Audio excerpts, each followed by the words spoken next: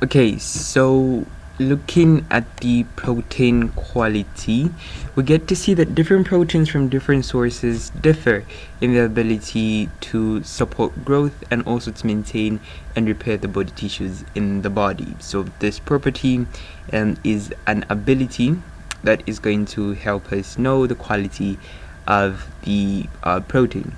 So the quality of the protein can depend on either one, the amino acid composition, the digestibility, and the efficiency with which the amino acids are absorbed, as well as the subsequent incorporation of those amino acids in the body proteins. So that is what the protein quality is going to depend on. So we have 1, the amino acid composition; 2, digestibility; 3, efficiency with which the amino acids are going to be absorbed, as well as how they're going to be incorporated together with the body proteins. And then some of the parameters that are used to define this protein quality is BV, which is the biological value, protein efficiency ratio, chemical store, and many more others.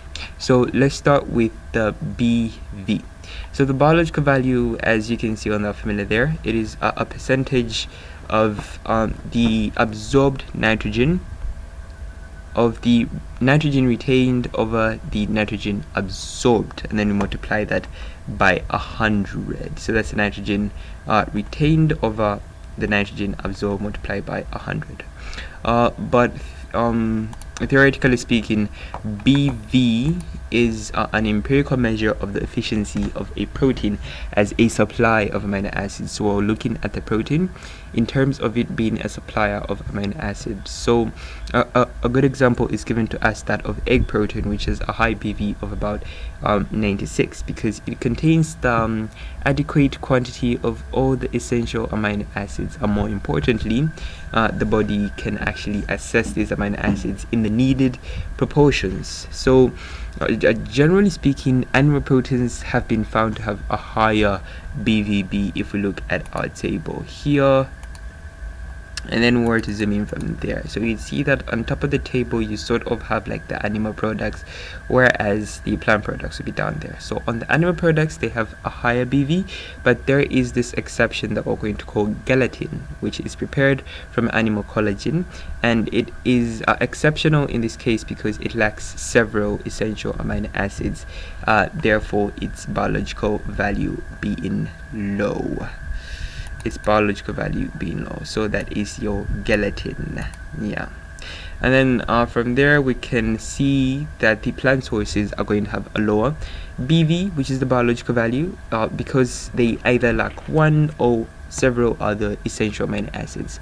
So the amino acids that the food is going to lack is called the limiting amino acid, and then this limiting amino acid can be overcome with a combination of the foods that you're eating. So for example, if you have wheat which is deficient of lysine but contains adequate amount of these other essential amino acids, then you have kidney beans which is lacking methionine but has all these other essential amino acids like lysine, for example. So if you were to take these two foodstuffs in combination, where you have the kidney beans and then you also have the wheat, you would discover that you would have all the required essential amino acids, because you would have both the methionine and the lysine balancing each other from the two foodstuffs.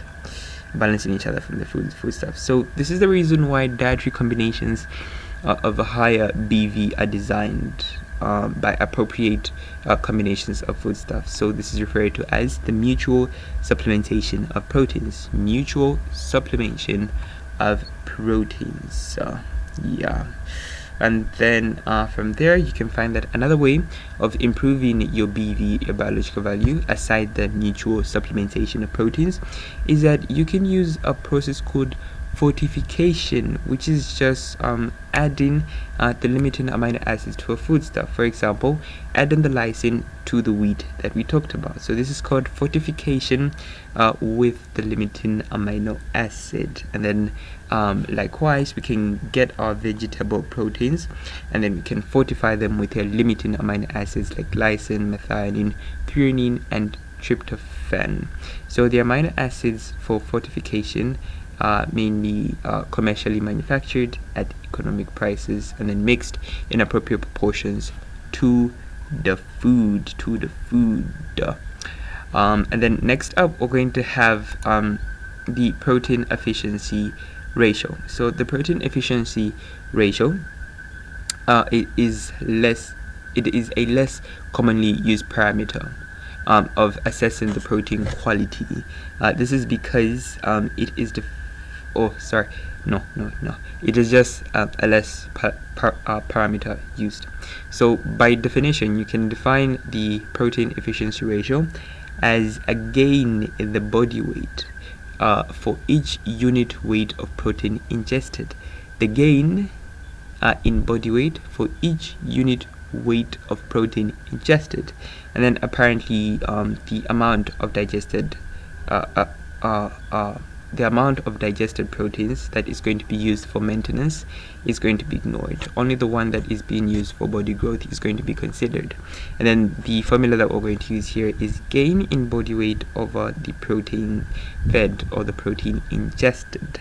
So we've already been given examples here like eggs, milk, and meat, which have a high protein efficiency ratio of 2.5. And then we have legumes, lentils, cereals, and nuts that are going to have a protein efficiency ratio of about 0.5 to 2.5. And then the gelatin coming back again with a relatively very low protein efficiency ratio of less than 0.5. So let's hope you're taking note of the foods that are have a high BV and a high protein efficiency ratio. So I'm talking about the egg. And then gelatin has a low BV and a low protein efficiency ratio, less than 0.5. And then aside that, we can also have the chemical store. And with the chemical store, we're going to look at the essential amino acid content that can be expressed in terms of this chemical store using the formula, which is milligrams of limiting amino acid in 1 gram test protein over the milligram of the same amino acid in 1 gram of the reference protein. So this is where we're comparing the content, the essential amino acid content in a protein that we're testing with reference to a standard protein or already known protein. So the standard protein that is used in this case is the egg protein because it has a chemical store of 100. So that's that. And then from there we can have the digestibility coefficient, where we see that under here, from the name itself, digestibility, it's given itself off. So this refers to the percentage of the ingested protein that is absorbed into the bloodstream after digestion in the GIT. So going through it again, we're just talking about the percentage of the ingested protein that is going to be absorbed in the bloodstream after digestion in the GIT. So that is the digestibility coefficient.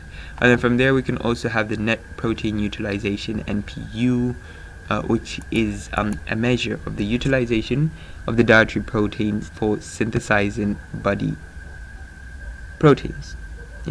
So utilization of the dietary protein for synthesizing body protein, and then it can be calculated using the formula there that says nitrogen obtained over the intake of nitrogen multiplied by 100. So this is different from the previous one for the BV. So for the BV, which said, what did the BV say? The BV that said nitrogen retained over nitrogen absorbed. Nitrogen retained over nitrogen absorbed.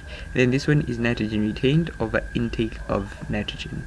And then we're going to see that in comparison with this net protein utilization and the BV, we're going to see that the NPU is a better index than the BV because it takes into account the digestibility factor.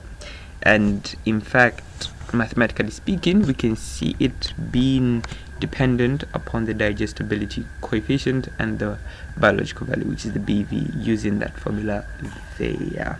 using that formula there. So that is on the protein quality.